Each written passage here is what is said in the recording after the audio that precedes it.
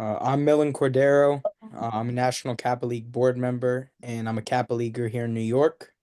I'll be one of the facilitators of today's event. So, welcome to the 2024 Kappa League Presidents Forum. We're going to start with Carter, who will lead us in an opening prayer, followed by various opportunities and important topics that can apply to all of your respective chapters. Today's program includes aviation, mental health, racism, Black history, and many more interesting items. Without further ado, let us begin today's forum. I turn it over to you, Carter. Dear Lord, we thank you for today. We thank you for these young men that we work with and mentor. We're so thankful for them and for their families. We ask that you continue to watch over and bless and protect all of us. Help us to enjoy the holiday season and remember what it's really about. Dear Lord, we ask that you continue to let them prosper and achieve. We ask these things in your name. Amen. Amen. Amen. Amen. Brother, Amen. again, if we would, I'd ask everyone, if you're not speaking on the agenda, if you would mute your device. Brother Johnson, do you want to introduce our speaker? Absolutely. Good evening, everyone. My name is Scott Johnson. It gives me a great pleasure to introduce our aviation speaker tonight, retired Lieutenant Colonel John James. He has an extensive military career. I'm going to highlight a few items as part of his career. His military education includes a transportation officer, basic, and aviation advanced course. He's an officer, rotary wing aviator course, airborne school, jump master school, Air Command and Staff College. Some of his awards and decorations include the Meritorious Service Medal with one oak leaf cluster, the Air Medal, Army Commendation Medal with two oak leaf clusters, the Army Achievement Medal, Joint Service Achievement Medal, Senior Aviator Badge, Parachutist Badge, and the Army Staff Identification Badge.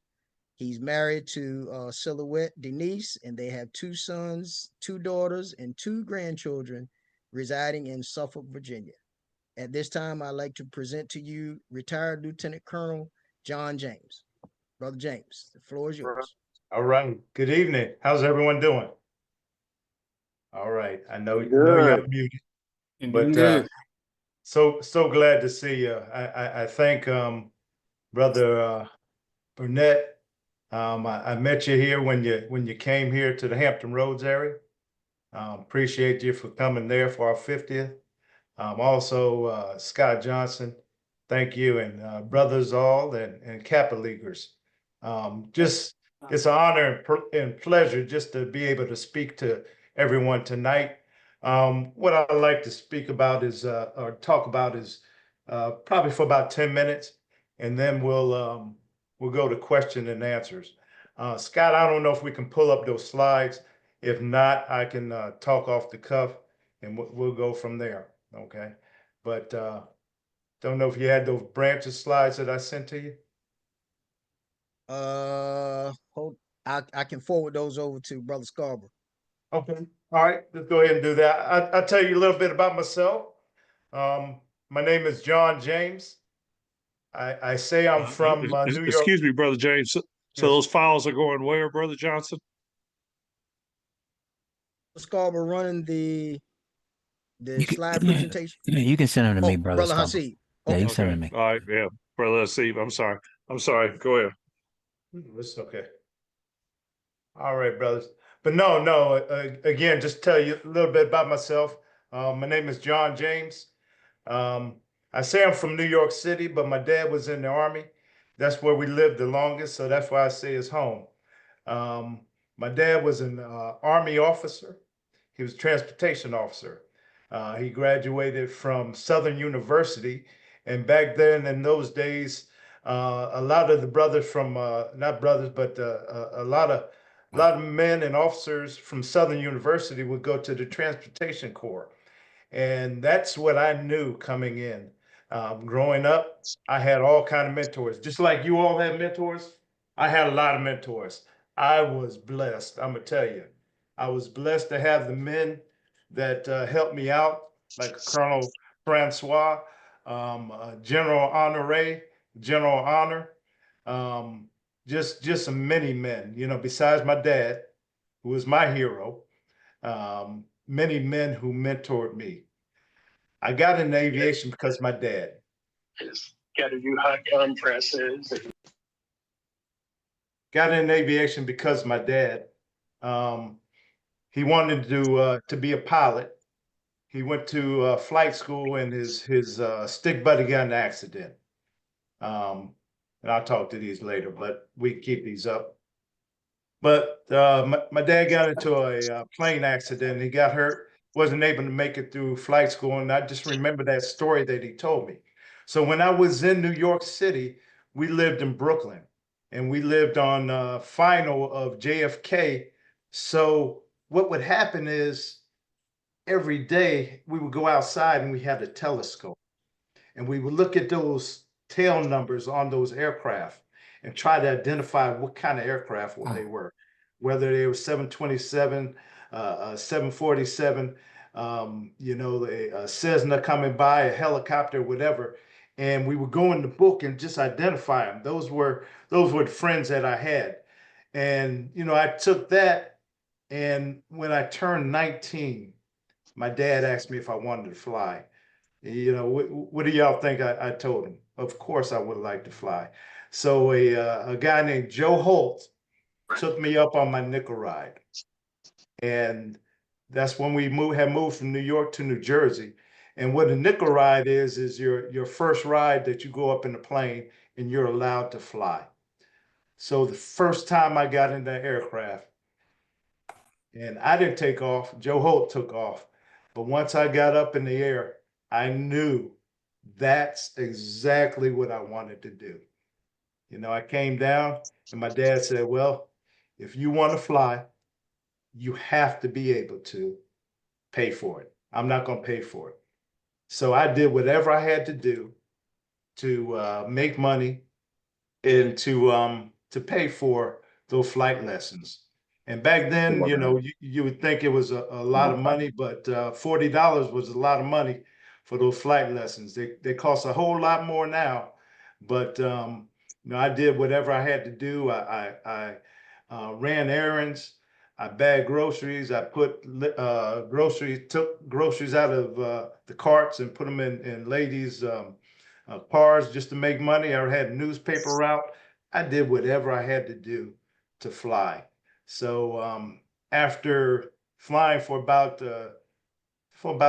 2 years, and I was in college, I had some other mentors, just like you all have mentors that talked to me about aviation and started talking about the different branches that were in the Army. I didn't know if I was going to go in the Army or not.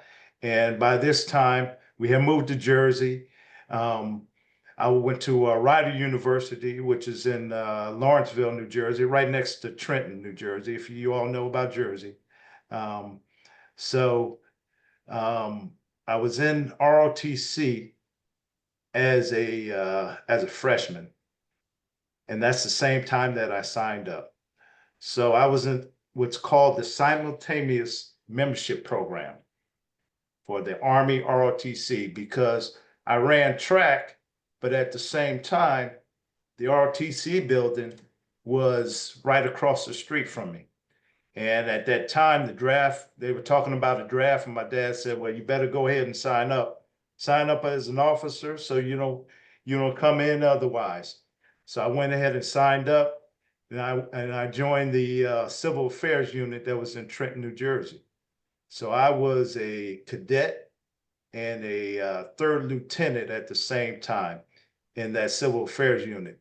In 1982, I got commissioned as a lieutenant transportation officer in that unit. So did all my training at Fort Dix, had a lot of people that mentored me, just like you all, just like you Kappa Leaguers, had a lot of people that mentored me. And I would tell you, if somebody comes and they spend time with you, please listen to them, okay? Because their experience and they're trying to help you out. So that's what we do in Kappa League. We try to help you out. I'm here. I'm part of the Hampton Newport News chapter of Kappa Alpha Psi, and we have a guide right program. Within that guide right program, I run the drone program. We have the drone program within the guide right, and also we have a Nesby Junior association that we also have a drone club. And what we do is we go just teach people how to fly those drones, and we try to go into competition and we compete that way. So going back to my experience in aviation, I was still flying, but I wasn't an aviation officer yet. So I went to transportation basic course. From there, I went to from Fort Eustis. I got stationed at Oakland, California, which is a we call it the Military Traffic Management Command, and that was Western area, which is in Oakland, California. So at the same time, I was running track and field. I ran all Army track. I used to run sprints. I was a 400 runner, and I was trying to make the Olympics that year. That was 1984. Yes, sir. Why didn't you go to boot camp instead of ROTC? To boot camp? Yes. Well, everybody goes to boot camp. You know what boot camp is? Boot camp is basic course. That's where you learn your basics of the Army. How you put on your uniform, how you march, how you shoot your weapon. That's the basic. That's basic course. So everybody goes through basic. But ROTC is Reserve Officer Training Corps. So, in other words, or in other terms, it's only for anyone anyone that's in boot camp. Am I hearing this right, or something like that? Everybody who's in boot camp, what? Say again? You said that everyone that was in boot camp has to join the sorry, I can't remember. No. Don't worry about it. Don't worry about it. I'll explain it. So boot camp, everybody in the Army has to think the same way. Okay. That's why we call it basic. It's called boot camp, but it's called basic training. All right. So we want to bring everybody that comes in the Army, so they're saying the same thing. So when they say left, right, left, you're going left, right, left. Okay. So you learn how to march. You learn how to shoot your gun. You learn your craft or better yet, your MOS. Okay. And there's many different MOSs, and that's what I was going to talk about here with the Army branches, but we'll talk about that later. Let's go ahead to questions. Anybody have any questions right now? Go ahead. Christopher. Do you remember what squadron you were in? What squadron? Yes. Yeah, I was in many companies. All right. First of all, after I got accepted into flight school, I was stationed in California. But after I got accepted in flight school, I went to flight school. That was a year long. So my first duty station in aviation was the 25th Aviation Company in Stuttgart, Germany. So I went to Germany. Sprechen Sie Deutsch? Yeah? Yes. Okay. When I was in Germany, I learned how to speak German. Okay? Really? Yeah. Excuse me, is this the Kappa League meeting, right? Say again? This is the Kappa League meeting, right? Correct. This is Kappa League meeting. You're in the right place. Did you? Okay, yeah, thank you. I have a question. Did you serve in the Air Force? Like, which military? I was in the Army. I was in the Army, but I would tell you, Army, okay. when I was in high school, I wanted to fly jets. I wanted to fly jets. But at the time, and see, this is what you need to understand. You need to understand there's a particular specific way to get into different universities. And you need to know that. I didn't know there were certain things you need to have in order to go to the Air Force Academy. So I didn't get accepted to the Air Force Academy. So I went to the Army instead. And I said, I'll take my chances of trying to go into Army aviation. But you know what? Army aviation has more aircraft than the Air Force. Did you know that? All right. Oh, no, I did not know that. That's crazy. All right. But I'm gonna tell you what though, whether you're flying helicopters, whether you're flying jets, it's all fun. It's probably the best time you're gonna have. Best time you're gonna have is flying. Go ahead. Who else? Else has questions? Excuse me, my name is Rudy Pruden. I had a question. Go ahead, Rudy. So, how would you say the Army affected your way of seeing things in life? Leadership. Leadership is a big thing, has always been the big thing with me. You know, I always tried to be that leader. I always tried to be in charge, doing the right thing. But you know, in order to be a good leader, you got to be a good follower. So I had to learn that. You know, I thought when I was younger, I thought I knew it all. And I had that was something I had to work on. But at the same time, I would say I love people. So I love to take care of people. And my job as an officer was to take care of my people that I had.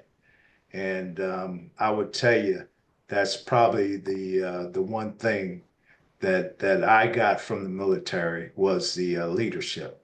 Um, I can leave the Army, or anyone can leave the Army and go on to the civilian world and take charge on any position, whether you know what what that specific field was.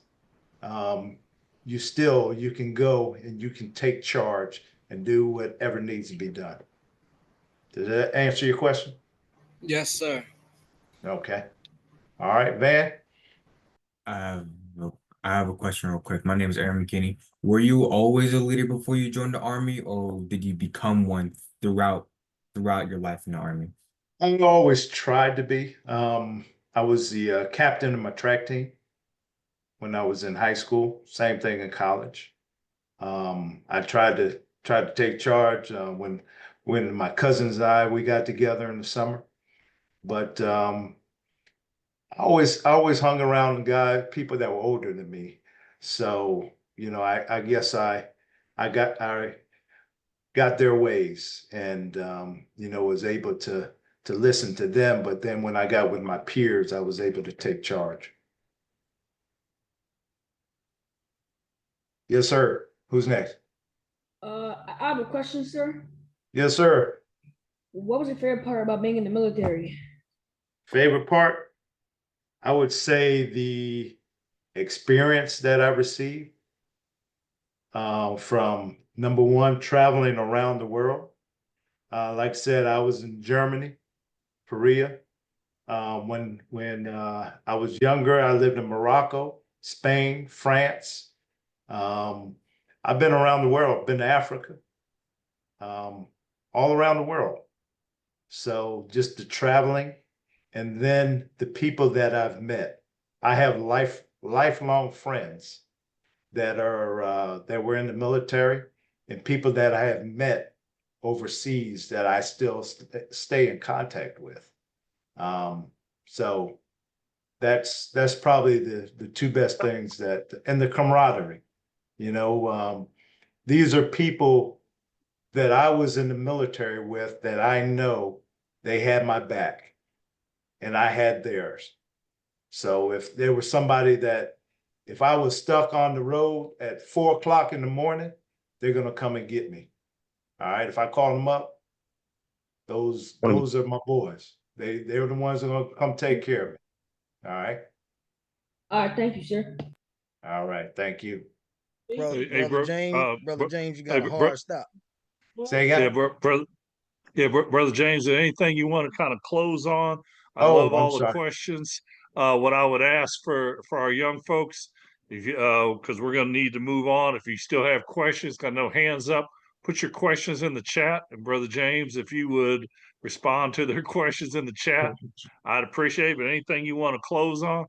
No. I just appreciate this opportunity to come and to speak to everyone. I would tell you this, and I tell our Kappa leaguers, you guys take down my number and you can call me up. If you have any questions, I would love for you to go into the military, love for you to go into the Army. It is a great experience. It gives you a skill and that leadership skills that will definitely take you on throughout life. So please take a look at the Army, take a look at the Air Force, Navy, Marines, all the different forces, and see if that's something that you want to do, because it's a great start. That's what I would tell you. I know I sound like commercial, but it's a great start and something that I love. But I appreciate the opportunity. Thank you much. So thank you, brother. And so if you look, there's already questions pouring in for you in the chat room. So if you respond to those, and Brother Steve, do you want to introduce our next speaker? Yes, sir, Brother Burnett. Brother James, appreciate that, man. Make me wish I hadn't changed my mind when I was in high school and didn't show up for my reserve deal. All right. That's all right. Appreciate you, brother. All right. Hey, So brother Hasid, yes, sir. before we get started, can is Brother James gonna put his number in the chat, or is gonna put it on the screen so we can get it down? His info. Yeah, Brother James, can you put your stuff in the? Yeah, I think he's about to do it now. All right, appreciate Sir, that. Inside I'll the put it chat. in chat. Mhm. All right. Thank you, brother. All right. Next gentleman. Pleasure to introduce Darius Washington, MS LAPC. Darius received his bachelor's degree in sociology with a concentration in criminal justice from Shaw University in Raleigh, North Carolina. He received his master's of science in clinical counseling and psychology from Brenau University in Gainesville, Georgia. His focus is in collaboration with individuals with trauma and co-occurring disorders. His ultimate goal is to open up a private practice serving families, couples, and those struggling with intimacy issues. He has a passion for speaking and connecting with people to give them a sense of understanding from a mental health perspective to help them reach their goals. And finally, I like to say Darius, he reigns out of my home province of the Millicent province. He's a 2000 fall 2015 initiate of Delta Gamma from Shaw University, again from my home city of Raleigh, North Carolina. And I'd like to introduce Darius Washington. Darius, Thank you, you're on. brother. Yep, thank you, brother. I appreciate it. Can everybody hear me okay? Yes, we can hear you. Good. Greetings, everyone, fellow brothers, Kappa Leaguers, everyone online. Great to be here. Great to speak with you. Again, as Brother Hasid said, my focus is in criminal justice, and it's my passion. It's my passion to speak really to the youth, only because mental health isn't as prevalent as it really could be, right? We don't have the resources, or we're not competent of the resources and everything that we pretty much have in order to achieve our personal goals. One thing I do want to say about mental health before we get started, you don't have to go to counseling. You don't have to see someone. You don't have to get mental health professional help just because, you're labeled as, crazy, or you think that is the stigma behind it. People go to, counseling when they have anxiety, or they can't level up in their career field, or they are not really meeting their own personal goals, or even help with finances, because those are all kind of behavioral things that the root of the problems kind of cause. All right, let's get started. Okay, so I think it's important to know what you all are dealing with, as older individuals that haven't been in the spaces that you are, high school, middle school. We don't know exactly what the things that you're dealing with. So if there is maybe one or two people, and if you want to do it in the chat as well, I can answer those, but what are some things that you're struggling with? Think about that really quick. How are some ways that we can support you as best as possible? Let me see, make sure I'm not skipping anybody. So is there anyone who has a comment or wanted to speak on that? My name is Aaron McKinney. I think one thing I struggle with is patience sometimes. Okay. Patience. Do you realize kind of where, like what area and what environment, like you don't have as much patience? No, not exactly. Okay. So it's pretty general, Good. Okay. So things with patience, the issue with patience maybe is anxiety, right? When I'm too excited, maybe I'm too anxious. I'm anticipating what's going to be coming in the future, and I just can't wait. I just can't wait to perhaps get across the finish line. I can't wait to meet a goal. Having patience or the lack of patience, it's normal, but they say what patience is a virtue only because there's such a reward that patience will come from. So I would suggest definitely taking your time and making sure that reward is a great of enough of value to where that patience that you had to hold on to is worth it. Thank you for that, Aaron. I appreciate it. Thank you. Thank you. Yeah. My name is Brandon, and something that I think a lot of teens our age deal with, especially like Black teens, is trying to figure out like who we are. Because I feel like sometimes I see kids around school and they're trying to be like people they aren't and like act tough and act hard, and sometimes they're not always that, and they're just trying to figure out like who am I, so they're trying to put on like a mask and pretend to be somebody they aren't. Okay. Thank you for that, Brandon. I appreciate it. Yeah, I mean, growing up, being emerging, coming into that emerging adult stage of life, that's what we're all trying to figure out. And one thing that is important to understand is that you never stop developing. You never stop growing. There's going to be a slide coming later on that is going to pinpoint an actual stage of like growth that we all pretty much go through or try to meet in order to reach those goals and to reach our full potential. And that's what it's pretty much about, reaching their full potential.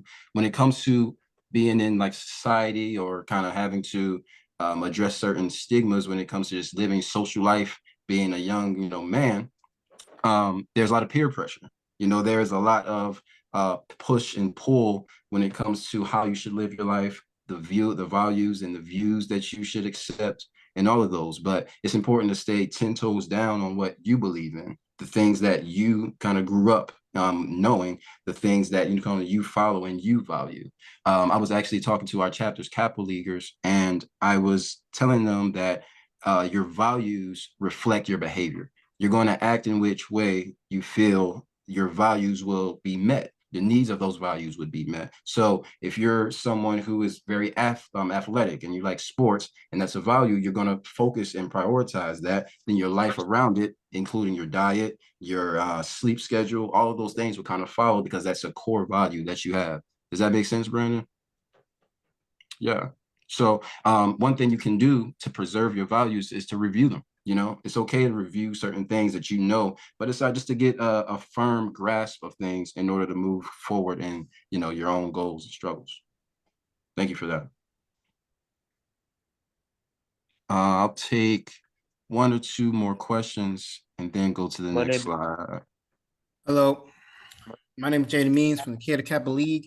And one thing I struggle with the most is meeting expectations, or more is that struggling with expectations, because usually since I'm held in more higher positions, or I'm in like honors programs, I have a good GPA.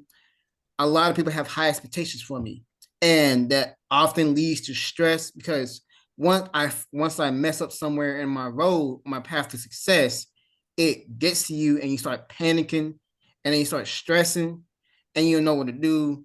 But like, you keep it to yourself and you try your best, and then your best comes out as your worst. And that's one of the main problems I have, especially with my AP classes, because we have a lot of tests coming up now. Got you.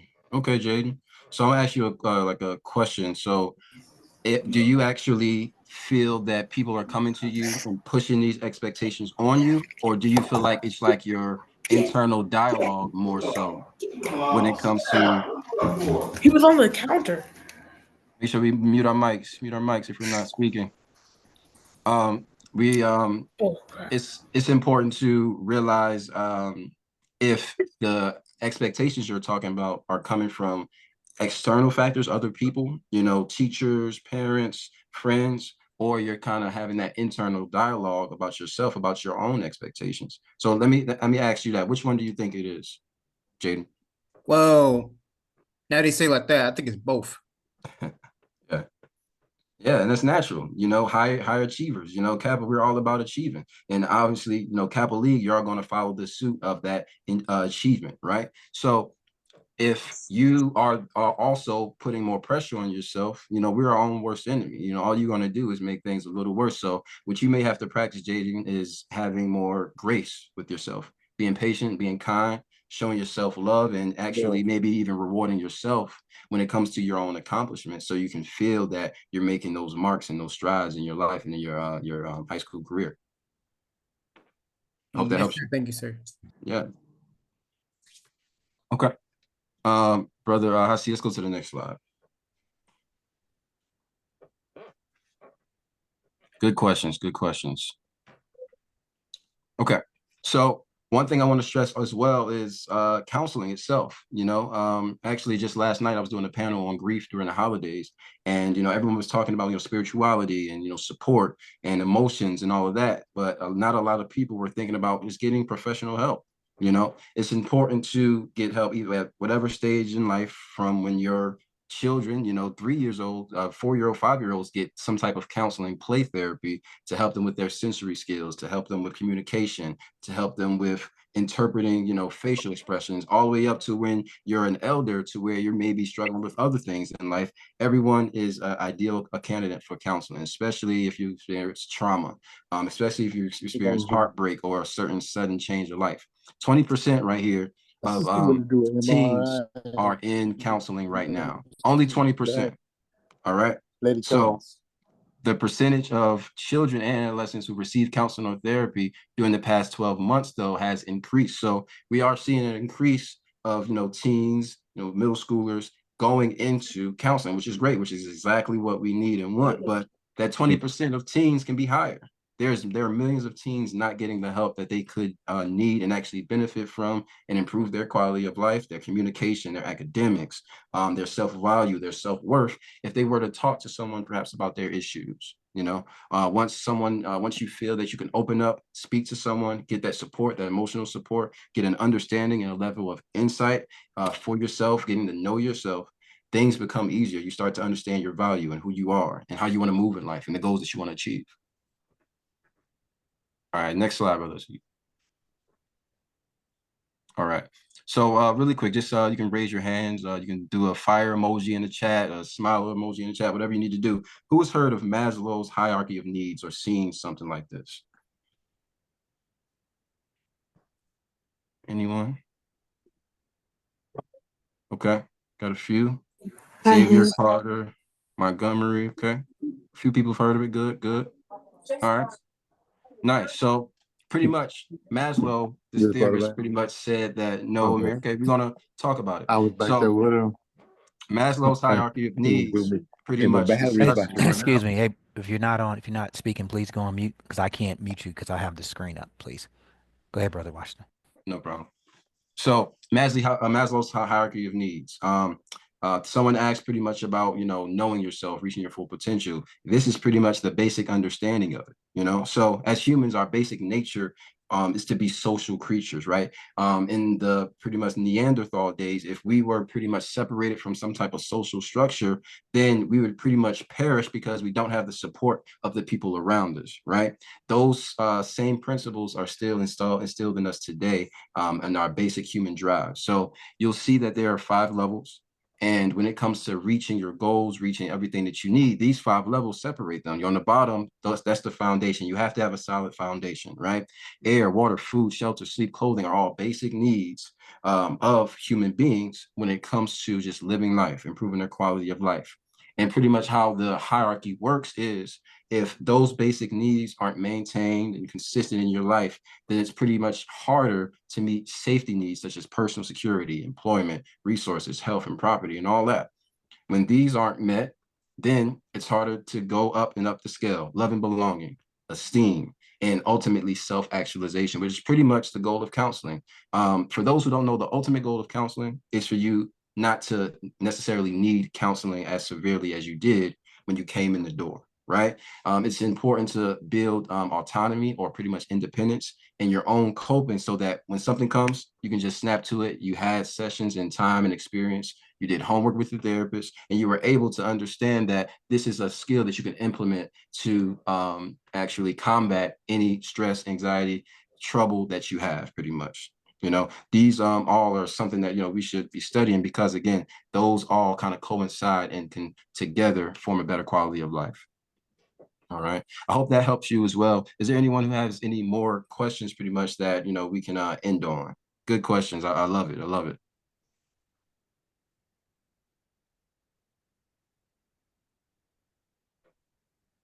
I do have one question for you. Yeah. So my name is Gary Clark. I do take counseling slash therapy, and as a perspective as someone that helps with helping students as well as teenagers, what are some tips that you would say to help with like anxiety and help with stress to help build foundations? Yeah. Yeah. Honestly, if we have about maybe three more minutes, I can actually go through a breathing exercise with everybody here on chat. Do we have enough time for that? Maybe 3 minutes or so? Yes, we can do that. And that's kind of what we'll close with. Perfect, perfect, perfect. So everyone really quickly, kind of sit straight up in your chair. All right. Keep your feet planted on the ground. Relax your shoulders and just breathe. Close your eyes, relax. Realize right now you're in a safe place. You know, you're here amongst brothers. You're here amongst your colleagues, people who care about you. Just relax and just listen to my voice. What we're going to do is a breathing exercise. It's going to be 5 rotations where we're going to inhale through the nose. We're going to hold it and then exhale through the mouth. All right, 5 rotations on that. But on the 5th rotation, what we're going to do is we're going to exhale explosively. So we're going to inhale, hold, and exhale explosively harder than you did with the previous exhales, getting all of that stress out, all of the negative energy, anything that is pretty much distorting you and keeping you present from right now. All right. Again, let's get back here. We're going to inhale through the nose in 3, 2, 1. Inhale. Hold. And exhale.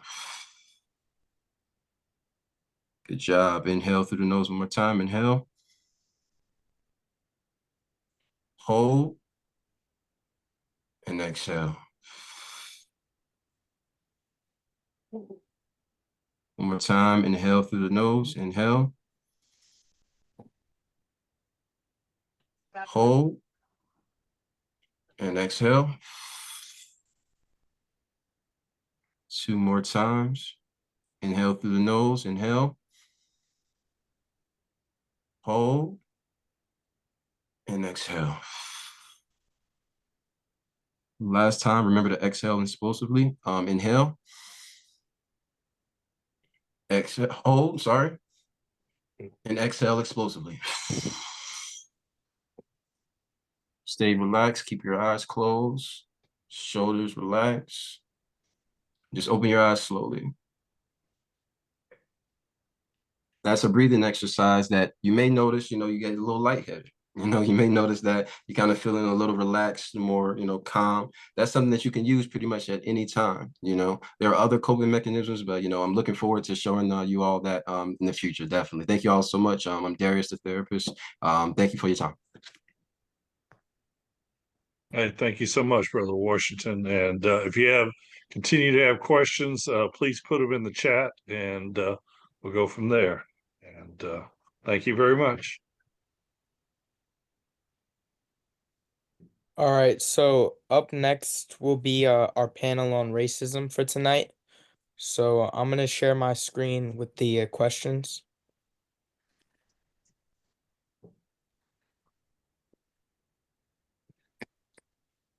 So this is our first So, question. you want to tell us who's on the panel and Uh, maybe direct the question to one or two of them? sure. So on tonight's panel will be Brother Burnett, Brother Scarborough, Brother Hasib, and Brother Jackson. So I think I'll direct this first question to Brother Jackson. Why shouldn't someone just ignore racism? Yeah. Good evening. Why shouldn't somebody? Is that the Yeah, question? yeah. Um, I think that it has to go with how you relate to the world.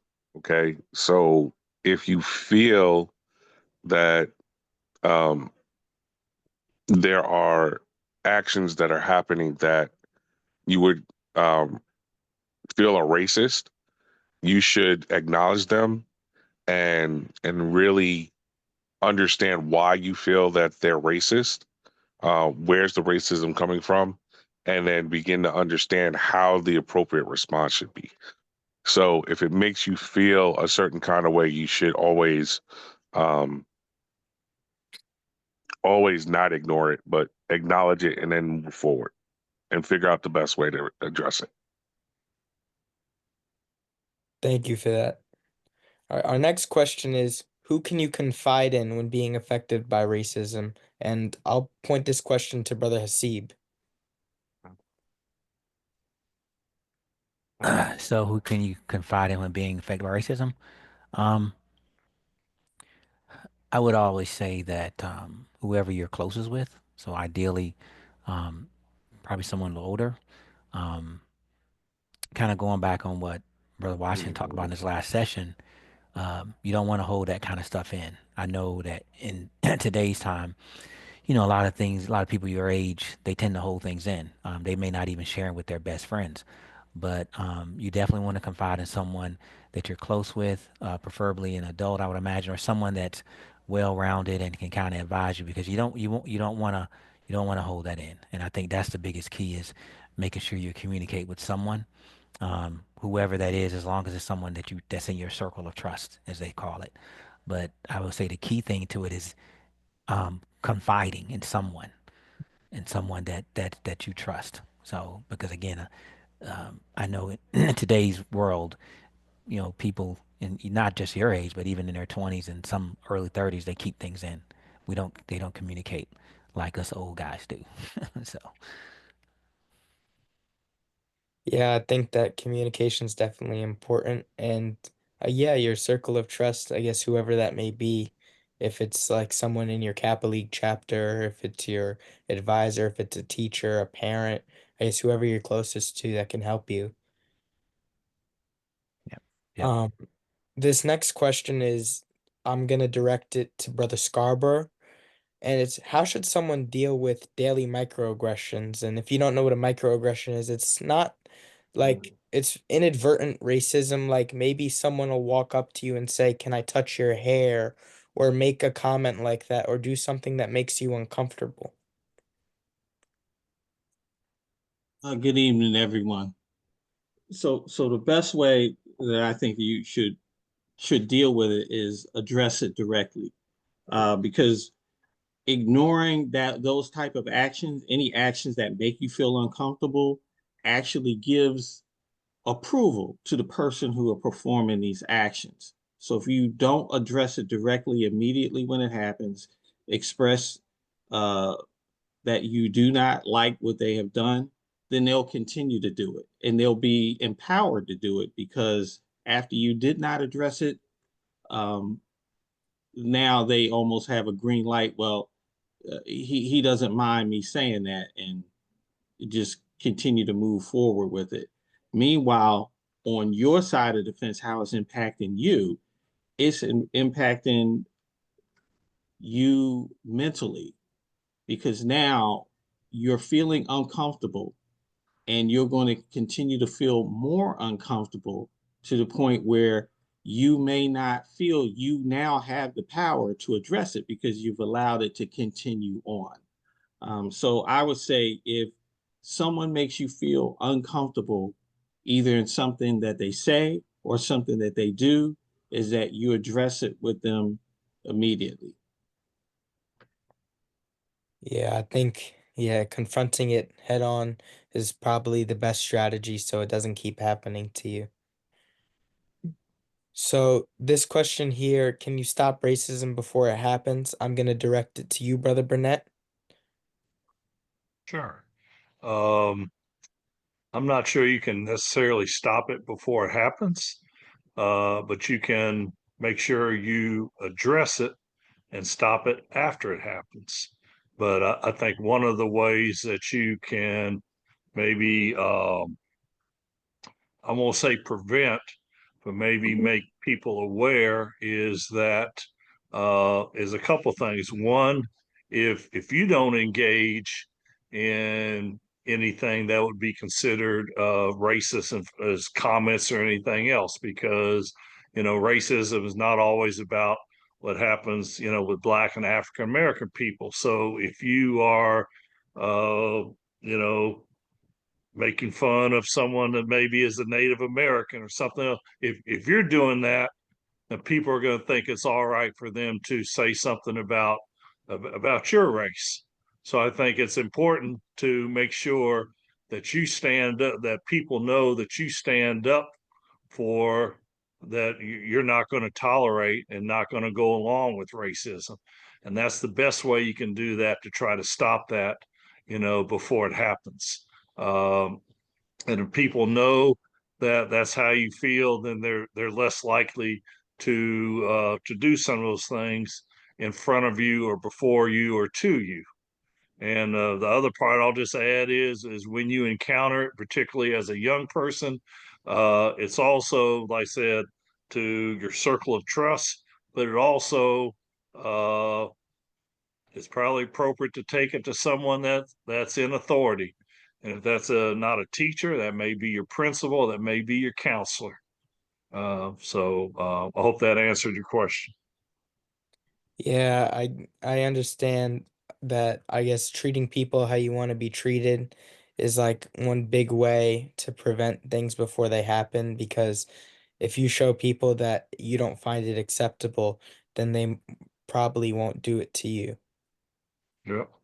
So this last question is open to anyone on the panel to answer, but are there any experiences someone would like to share on how they overcame racism? I have. Um, there was this one time I was at the pool with my friend Cameron, and we were playing basketball. We didn't really have a basketball with us, so we decided to use a football. And there was this kid that came up to us and took our ball. And then when he took our ball, we chased him around to get it back. And then then we got it. When we got it back, he yelled the N word at us. And so I told my mom, and she came over. And then his mom came over, and then the lifeguards came over. Wow. That's definitely a powerful experience, and I think it's good that you were able to tell an adult and have an adult help you resolve it. RJ, you raised your hand. Yes. One time I felt a little bit of racism, but so some of my friends uh are not of color. They are some of my friends in my neighborhood are white. So when I hang out around with them, usually I'm blamed for things that haven't happened. Like there was a time when my mom had to pay for something that somebody else broke, and they blamed me. And there was a time I was just playing with my friends. We were snatching the gun. We were snatching the water guns out of each other's hands, and their parents blamed me. So Yeah, I guess sometimes, you might get blamed for things, but I think it's good that you're able to get past it. I know that it's tough when you get blamed for things that you didn't do or you shouldn't have been blamed of, but it's good that you were able to get past it. Jaden, you raised your hand. I'll take two more. Yes, sir, and thank you for having me. One time me and my family went to Disney World in Florida, right? And we got reservations for this pretty expensive restaurant. Now, I didn't get actual physical racism that they didn't come up to me saying N word or whatever, but it was racism. It was racist tension that I felt, and so we were sitting at a table, and multiple white families stared at us specifically for elongated periods of time. And so we didn't feel comfortable, but at the same time, I sat down and ate my food. And even though I felt comfortable, I also felt a little bit empowered, if that makes any sense. There was still a lot of racist tension, but no one was willing to be racist towards us. But that was a wake up call for me that day, saying that racism still exists, even if it's not verbal or even if you don't see it, it still exists. Yeah, I mean, even if like someone might try to minimize your experiences, any experience is still something that happened to you and something that affected you. And thank you for sharing it. Brother Jackson? Yes. One of the things I would caution us, right, is to know the difference between personal biases and racism. Sometimes we put ourselves into an uncomfortable feeling because we're in environments that we're not comfortable in and people are looking at us. So one of the things that you mentioned earlier, Milan, was the microaggressions, right? Microaggressions could be personal biases that people have that we imply is racism. But what we have to do is just not automatically say that everything is racist because we don't feel comfortable in an environment um, and or there's new experiences that we're experiencing. So we have to not just say it's racist, but really understand why it's racist. So one of the things that you said is, the very first question was, how do you know if it exists? Right? You have to kind of get to know the people, you have to know the environment, and you have to understand really what the difference is, right? So to the young man that spoke just before I did, um, feeling uncomfortable is multiple levels, right? Um, because people are staring, right? Why are people staring? So I could be in an environment where people are staring because I'm not used to the environment, right? So sometimes you go into an environment where it's a group of people that are always there, where there's normal people. And so when you sit there, it's uncomfortable because you feel like you're out of the conversation, right? But that doesn't necessarily mean it's racist. It's just you're not from that environment. And I'm pretty sure that some people who have traveled overseas have felt uncomfortable in new environments because they just have never been there. And it feels like you're out of the conversation. So think about it, for example, um, traveling to Paris, right? Um, you've never been there before, and you go into a restaurant and you're an American. Well, they don't really like Americans. It has nothing to do with technically the color of your skin, but they don't like Americans because they have an image of Americans, right? So at the end of the day, if you get an attitude, we can't just automatically say, well, that was a racist attitude. That could be a bias or a prejudice attitude. So I think that we have to be careful about why things happen, and just have a full understanding in order to cope with how do we deal with it moving forward. And it's about awareness. Yeah, I think that that's a good note to end this segment on. I just want to highlight something that was in the chat from Marcus Taylor. Bias is an automatic preference, which is often unconscious, while prejudice is judging before knowing, and racism is actually discrimination because of your race and has the power to enforce it. So, thank you, brothers. I'm going to end this segment. So again, everybody, so our next segment will be a short panel discussion with our National Kappa League board.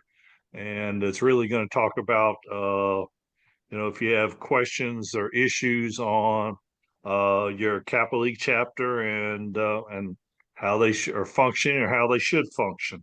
And so I've got Milan, Chase, Montgomery, Talon, Darius, and Carter on here. So I'll open it up. Does anyone have any questions?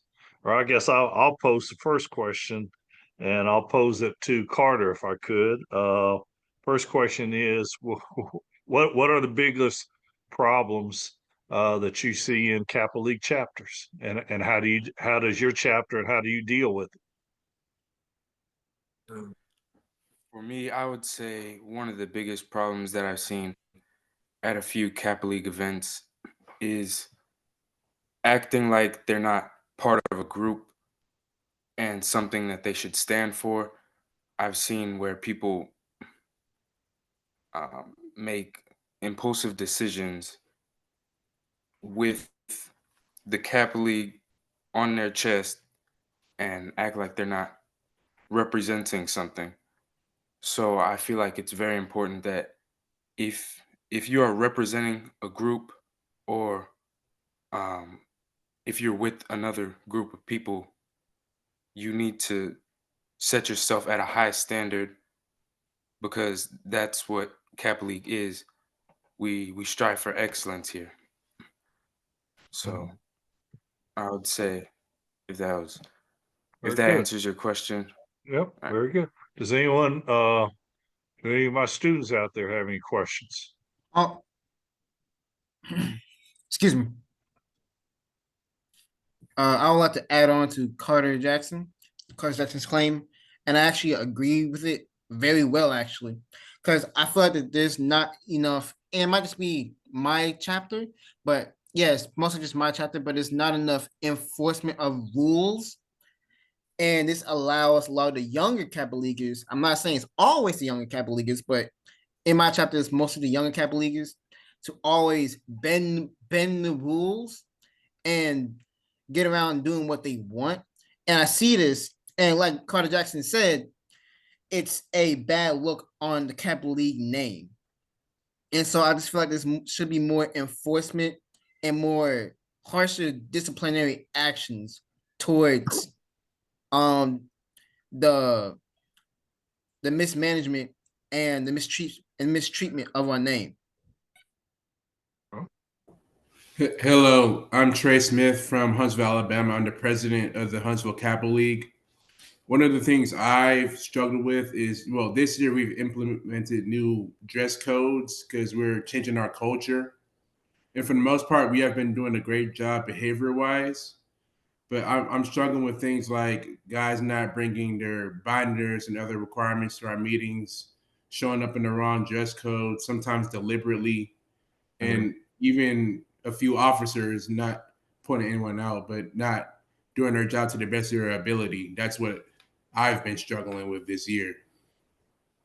So I'm gonna Darius Salas. Do you have anything you can advise him on with that?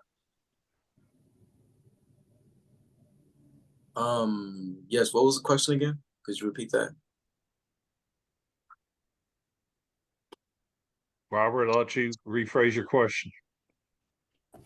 And so, yeah, how do I, enforce these rules, our new dress code and requirements from meetings in another way? Because just having a straight up punishment in a meeting isn't really working for me. So, how do I handle this in a different way? My advice to you would be kind of like effectively communicate to your Kappa leaguers, um, instead of, as you say, invoking like a harsh punishment. Just try to work with them more, and just let them know, like, just communicate your point and what you need from them and your officer to do, and to better enforce the dress code and make sure all the Kappa leaguers are following the rules of the dress code. Does that kind of answer your question? Yes, it does. Thank you. All right. Any other? I see some hands up. Go ahead. Yes, my name is Aiden Lamb. I am the president of the Chesapeake Virginia Beach chapter of Kappa League. That's also kind of another thing I kind of struggle with, but at the same time, it's kind of as time goes on for me, because I've been in Kappa League for a while now. I've been in Kappa League since 2020. So the things like the dissonant, like I can't really explain it. Like the way kids are pre-pandemic and after the pandemic is kind of different. Like when I was coming into Kappa League, I had no problem listening to people who were already there before me. Whereas now the kids act like they have a mindset of like, why is this kid who's a Kappa leaguer, but he's also somebody else's child trying to tell me what to do? Like they know more than me. Kind of like a complex of he's not really an adult, so why should I listen to him? But there's also nothing I can do. It's I just need help kind of enforcing the rules harder, but without making it seem like I'm just lashing out or it's just like, you know what I mean? Like irreasonable, things like that. So if anybody on my National Kappa League board want to take that? I'll take it. Go ahead, Jamal. I would say that I understand your point because myself, I'm a co-president of the New Brunswick chapter in New Jersey. I would say for just keep on trying to help out the younger students, like keep on trying to like do what you're already doing, but like in terms of whether or not they listen, you really have to take that stance of, get your point across. And if they don't listen, allow them to learn the consequence of what happens if they don't do it. Because,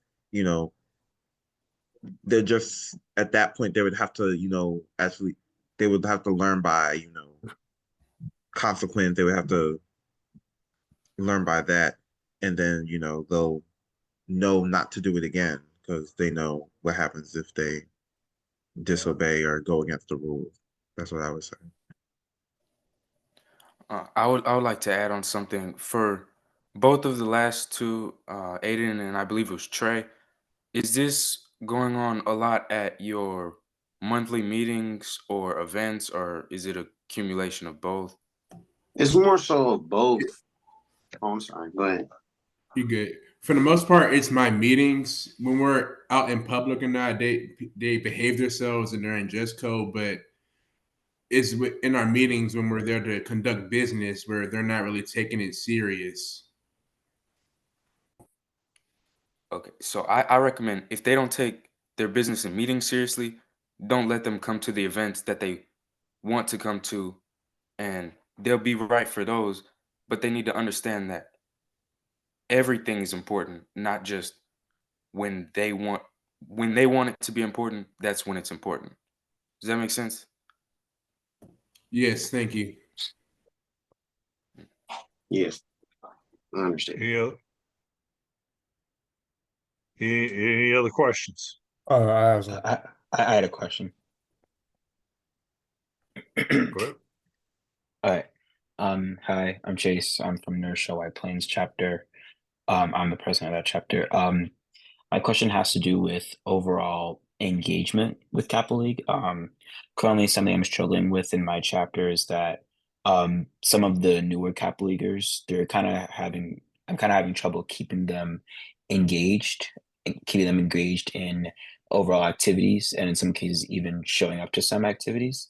Very recently, we had a walk on a Mario Cuomo Bridge, I believe, and we assigned a day to make the signs that we were going to use on those walks, and only a few of us had showed up, and I don't believe that there were any new Catholics that showed up. So overall, my struggle is having the new Catholics who we just inducted, be fully engaged and have them show up to these events. So like, is there any advice that you can give? Is there any advice that, like, is there any advice that you could give that would help me when it comes to, trying to engage them a little bit more and just having them be, and just have, and, just, I guess, having them be more, having them be more involved. Can I take this question, Brother Burnett? Sure. I think that for engagement wise for new Kappa Leaguers, I think it's important to show them kind of the fun elements of Kappa League, but then you also have to show them that sometimes you have to show up for the serious events, right? And I think it's important to look at the older Kappa Leaguers. If they see a lot of older Kappa Leaguers showing up, it sets the right example for newer Kappa Leaguers to show up. But you also kind of got to show them, right? This is the fun side of Kappa League, and you don't get to do the fun side of Kappa League if you don't do the serious side of Kappa League because they go hand in hand, and you can't just choose to be a one-sided Kappa Leaguer. Thank you. So, in the interest of time, I'm going to have to make that the last question. I think this has been good. We may have just another session here in a few months with nothing but questions. So I want to thank everyone. We're going to do a couple quick items, and then I'm going to ask Milan to close us out. But and I would just add in that if you have issues, make sure you're in line with your Kappa League advisors, before you implement, any kind of punishments and things. So real quickly, I'm going to share my screen. I wanted to hit on a couple things real quick. And we'll be coming up. The information's gone out. There's a National Guy-Right Black History Video Challenge. I won't read it all to you, but basically we're asking you to create a video 2 minutes or less on an impactful Kappa man of history. Again, there's cash awards that are associated with that. I think last year we gave out total about $3,000 in awards to different students that submitted in really good videos. There's a list of subjects that are there. Your advisor you should have an email, should be able to give you the list of advisors. If not, reach out to me. The deadline for the submissions is on January 30th, 2025. And so, again, would encourage as many people as possible to get involved in that. Second thing I want to do is we talk about Kappa League don'ts. And so I'm going to hit on a couple of those. So here's just a couple of pictures. One is, again, you're representing Kappa League. All right. So you see a young man that is grabbing his crotch in a picture. Again, it's all right to do silly poses. We want things that are going to be in good taste. You see up here on the left, there's a guy throwing some kind of hand signal. We don't have Kappa League hand signals.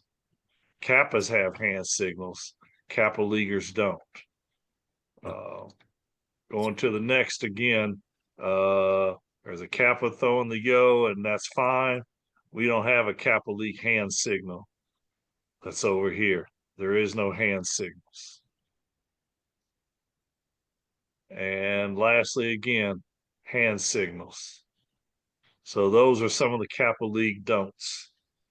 And the last two things we're going to cover is Darius, if you want to talk real quickly about your podcast, and then Milan, I'll let you close us out. Thank you, Mr. Burnett. Good evening, everyone. I am Darius Salas, president of the Mansfield Cedar Hill Kappa League, also one of your national board members. And one of the things we're going to be doing is a podcast called Keeping Up with Kappa League. And it's going to cover current events, major events on a monthly basis, such as, last month, one of the major events was the presidential elections. And this month, as of right now, it's the season of giving during the holidays. And we'll be going over, basically ways you can give back to your community and help out during the season of giving. Thank you, Ms. Burnett. I have one good question. Yeah. Milan, you want to close this out? I'm sorry, do you have a question? I'm sorry. Yes. Can it be can you choose your own African American history person? Like the Tuskegee Airmen or Martin Luther King? It needs to be about a Kappa man as someone who's deceased. And that's in the, if you ask your advisor, that's in the information. All right. Okay. I have a question too. I wanted to know when the deadline was for the video. You want to know when? What? Do you know what the deadline is for the video? January 30th. January 30th, 2025. Got it. All right. And I can all right. Milan? Yeah, I'll close up. Thank you everyone for coming today. I know that this was a pretty long meeting, but I hope you were able to take something away and you can bring it back to your chapter and even apply it to everyday life. Maybe you gained a new interest, definitely learned something. But if anyone has any more questions for the board, feel free to email me. I'll put my email in the chat and we'll talk and get you a reply. Again, thank you all for coming, and I hope you guys have a good rest of your night.